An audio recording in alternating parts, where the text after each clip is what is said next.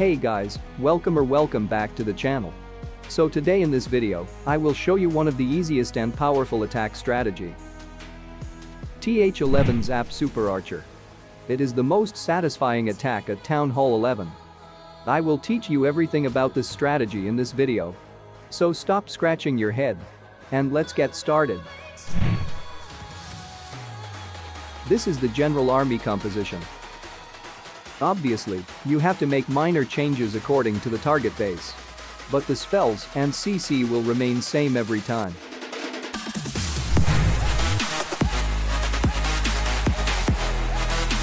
Take a look at this base.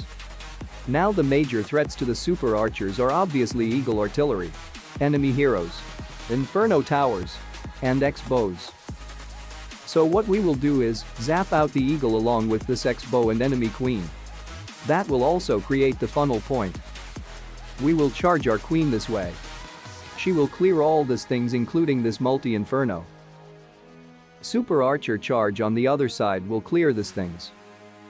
They will meet up with the Queen on back end. Siege Barracks and King will be used to funnel Super Archers and Queen respectively.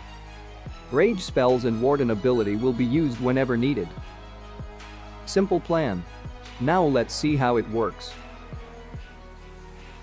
Alright, let's start with the Queen. Coco Loon ahead of healers to check for the seeking air mines. We are using only 4 healers on the Queen, the remaining 3 will go with Super Archers. I used a baby dragon on top to make sure she goes as we planned. Now let's wait for the enemy Queen to get into right position. And zap her out along with Eagle. It takes 7 lightning and an earthquake spell to take down the Eagle. And 5 lightning to take down the Queen. You can find the TH11 Zap chart in my old videos. I will put that link in the pinned comment. King is deployed to push our Queen into that multi-inferno. The Super Archers are out now. As the healers provide them more healing than heroes, 3 healers will be enough for them. I deployed Baby Dragon and Siege Barracks to make sure the Super Archers goes to the core. Brought some wall breakers to help them move through the compartments. Eventually, one of them did that job. The most important thing in this attack is to keep the Super Archers together. So they all get healing from the healers at the same time. If they split up in small groups, then healers can't heal all of them. They will be very vulnerable to the defenses and eventually gets easily picked up. Queen is going for that Inferno as we planned. Enemy CC is out now. With the Rage and Poison spell, Super Archers will easily handle them.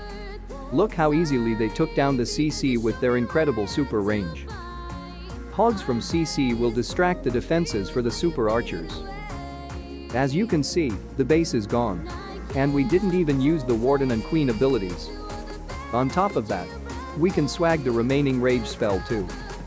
That's the power of this TH11 Super Archer Attack strategy.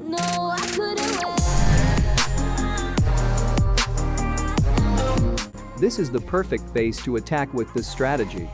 Because the Eagle is placed in corner compartment. And zapping it will automatically create the funnel. So what we will do is take down the Eagle with zaps.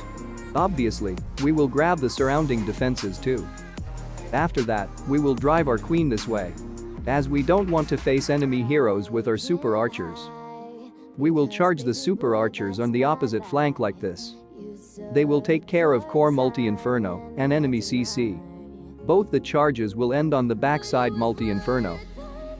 Siege Barracks and King will be used to drive them into the base. Spells will be used when damage is maximum on our troops.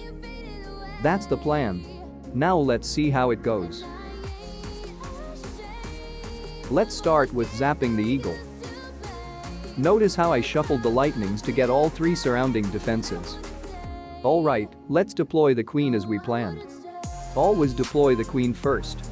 Because it's easier to control one girl than controlling a dozen dumb girls. We men know. Right?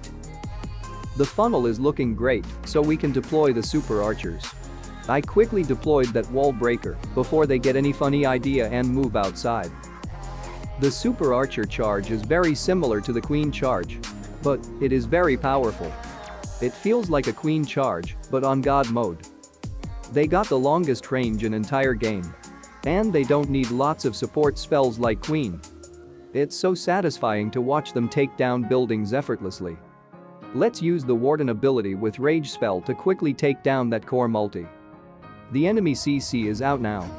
With the help of Poison spell, Super Archers can take down any CC just like the Queen. Our Queen is doing great on the other side. SB also did its job of keeping the Super Archer centered perfectly. The hogs out of it will clear the outside defenses on that flank. Now in both of these attacks, Eagle was offset, so zapping it will create a funnel point. And we also got great additional value from the zaps. But what if the Eagle is placed in the center? And there is no zap value around it? Well, watch the next one to find out.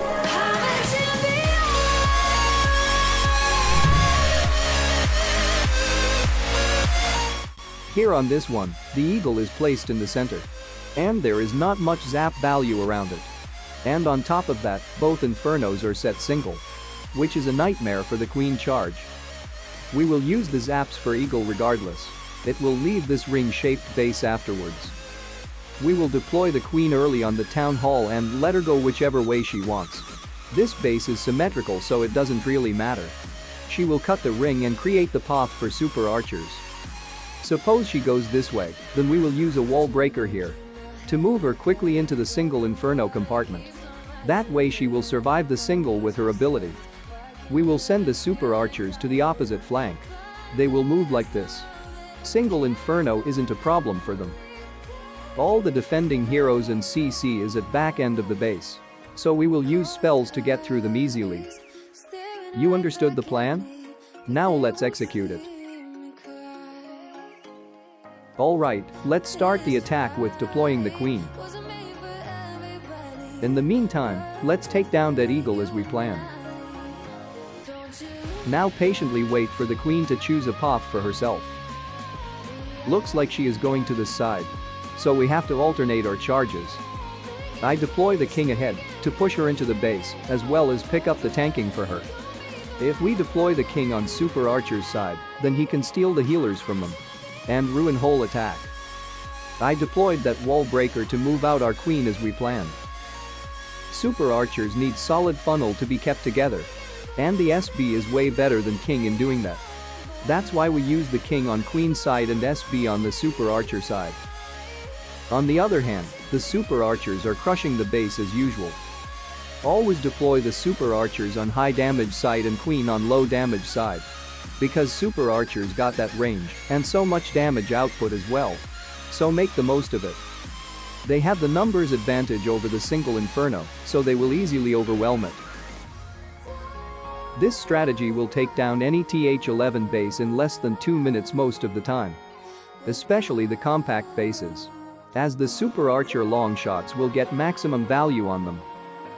And it is so much easy to use. After the initial setup, there is nothing much to do. Up next, let's see how to approach a bit wider base.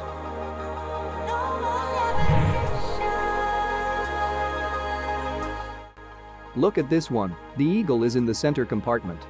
So just like the last one, we have to deploy the Queen early to break the ring of defenses. We will zap out all this defenses along with Eagle artillery. Queen will be pushed aside, as we don't want to face that single Inferno with her. Wall breaker here will help her going through those double walls. We will charge the Super Archers on the opposite flank. They will follow this path. We will use Rage and Warden ability to get through enemy heroes and CC. Enough planning. Let's do the attack now. Alright, let's start with deploying the Queen. Even though time fails are never an issue, we are deploying her nice and early to save some time. Let's zap the Eagle in the meantime. I hope you understood how the lightning spells work by now. Notice how I placed that earthquake spell to also damage up that X-bow and cannon. King is doing fine there. I deployed that wall breaker as we planned. Alright, let's deploy the Super Archers. We also need to use a wall breaker for them. SB will push them towards that single to quickly take it down before it causes any problem. Even though we don't prefer facing the enemy heroes with Super Archers, we are going for it this time. Because if we charged our queen this way, the single would have shut down her immediately. Now this strategy will work on any genre of bases. But there is also a drawback.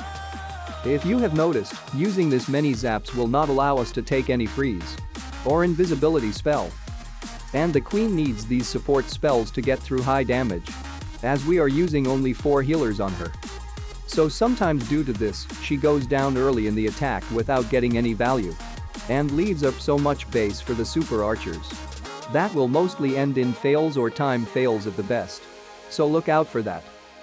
I recommend you to practice this strategy in friendly challenges. Then give it a shot in wars. So this is the TH11 Zap Super Archer Attack strategy tutorial for you. I hope you enjoyed and learned the strategy throughout. Consider subscribing for more strategy guide videos.